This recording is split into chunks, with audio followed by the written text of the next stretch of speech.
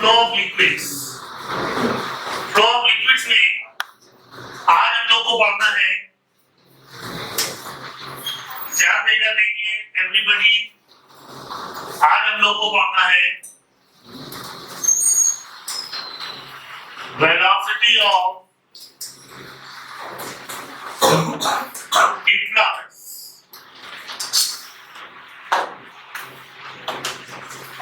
आज हम लोग को इसमें पढ़ना है वेलोसिटी ऑफ इफ्लक्स।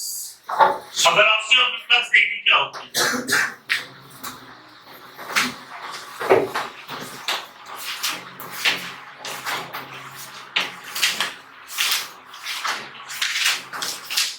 एक वेसल है,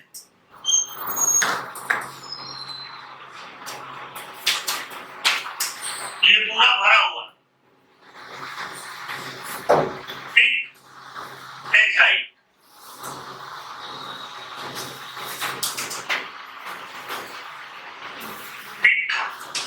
ऊपर से एच हाइट पे एक फाइन होल कर दिया।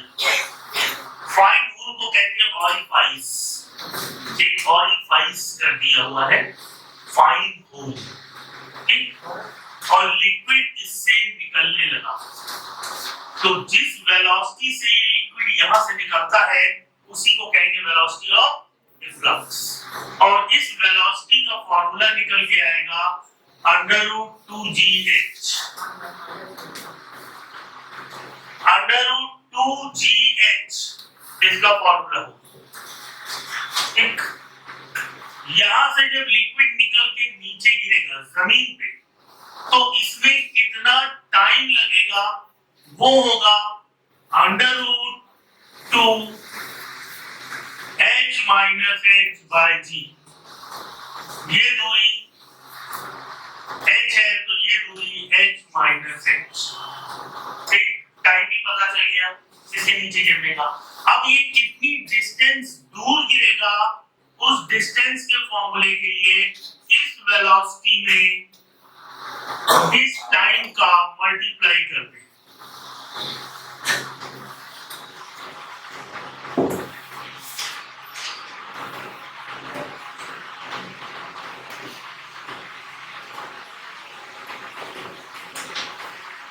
तीन फॉर्मूले बताएं। किसी कंटेनर में लिक्विड भरा है, मेरे बच्चे यहाँ गलती क्या होगी, दीपक ध्यान से देखना, हाइट ऊपर से लेते हैं नीचे से। h हाइट ऊपर एक ऑरिफाइस कर दिया गया, ऑरिफाइस का मतलब फाइन होल। इससे जिस वेलोसिटी से लिक्विड निकलता है उसी को वेलोसिटी ऑफ इफ्लक्स कहते हैं। वो वेलोसिटी √2gh। नीचे गिरने में कितना टाइम लगेगा ये, अगर वेलोसिटी और इसको मल्टीप्लाई कर देंगे तो ये डिस्टेंस आ जाएगी, जो डिस्टेंस हो गई। तो हमारे पास तीन फॉर्मूले हैं। यहाँ तक जो निकल रहा है लिक्विड उसकी वेलोसिटी, नीचे गिरने का समय और डिस्टेंस कैसे निकलेगा, तीनों के फॉर्मूले आपके पास हैं। अब हमें ये देखना है कि हम कहां पे ऑरिफाइस करें कि सबसे ज्यादा दूर ये गिरे, मैक्सिमम। तो x जो होगा वो मैक्सिमम होगा h के बराबर। कभी भी अपनी हाइट से ज्यादा दूरी तक पानी नहीं गिर सकता, मैक्सिमम यही।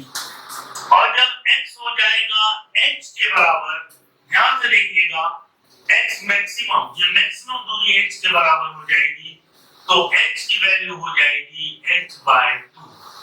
मतलब जब किसी कंटेनर के मिडवे में होल करें तो पानी सबसे ज्यादा दूर जाके गिरेगा। और कितनी दूर गिरेगा, जितना उस कंटेनर की हाइट। बात पूरी समझ में आई। इस टॉपिक का नाम था वेलोसिटी ऑफ इफ्लक्स। देखिए आपके सामने ये है वेलोसिटी ऑफ इफ्लक्स। अब एक साइंटिस्ट हुए, रुक जाइए और फिर नोट करिए। एक साइंटिस्ट हुए टॉरेसली, उन्होंने थ्योरम दे दी, टॉरेसलीज थ्योरम। टॉरेसलीज थ्योरम क्या होती, इन्होंने कहा अगर किसी बॉडी को, फ्रीली फॉलिंग बॉडी को h हाइट से गिराएं, तब गिरा दो, तो कह लीजिए फ्रीली फॉलिंग है तो यहाँ वेलोसिटी 0, यहाँ वेलोसिटी निकालनी है। एक फॉर्मूला होता है v² = u² + 2s। v निकालना है, ये 0 नीचे आ रही है तो g और s की जगह h, तो v = √2gh। कह लीजिए अरे ये तो फ्री फॉलिंग बॉडी की वेलोसिटी थी, velocity of freely falling body, सृष्टि पे देखो, freely falling body की वेलोसिटी वही होती है जो वेलोसिटी ऑफ इफ्लक्स होती है, यही कहलाती है टॉरसली स्थिर, पर दोनों में हाइट सेम होनी चाहिए।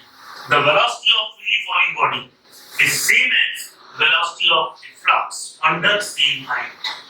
Once again, velocity of freely falling body is same as velocity of efflux under same height.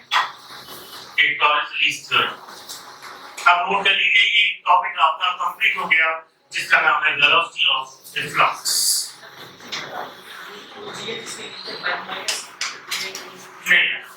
वो 1 माइनस ई स्क्वायर जो होता था, ई वाला, वो ये नहीं होता था। वो होता था ये कि जब कोई बॉडी किसी हाइट से गिरे तो रिबाउंड होकर कितनी ऊपर जाएगी, उसमें ई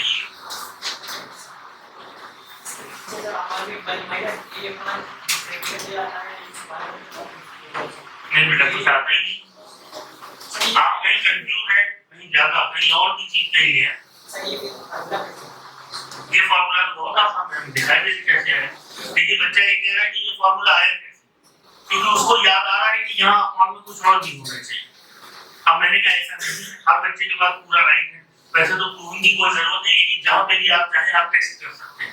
अब देखिए इस और इस पॉइंट पे आप बर्नौलीज थ्योरम लगाते हैं, तो आप इस पॉइंट पे बर्नौलीज थ्योरम लगा रहे हैं। यहाँ प्रेशर है P, यहाँ वाटर रुका हुआ है, काइनेटिक एनर्जी 0 प्लस रो GH पोटेंशियल इक्वल, ये पॉइंट पे जैसे ही होल किया एटमॉस्फेयर के कांटेक्ट में हो गया, और जितने पॉइंट एटमॉस्फेयर के कांटेक्ट में होते वहां प्रेशर एटमॉस्फेरिक प्रेशर के बराबर हो।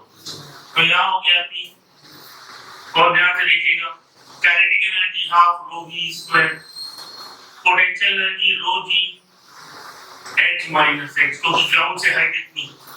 अब देखिए ये P और P कट गया, अब रो GH is equal to half row V square plus row GH minus row GH, row GH और रो GH कट गया, तो half row V square is equal to row GH, रो और रो कट गया, V square is equal to 2GH, यहाँ से निकल आया V is equal to under root 2GH velocity of efflux की होगी आपके सामने।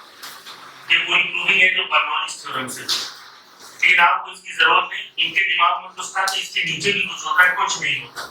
वेलोसिटी ऑफ इफ्लक्स यही होती है, प्रूव करके दिखाते। एक बार यहाँ बर्नौलीज थ्योरम लगी, एक बार यहाँ।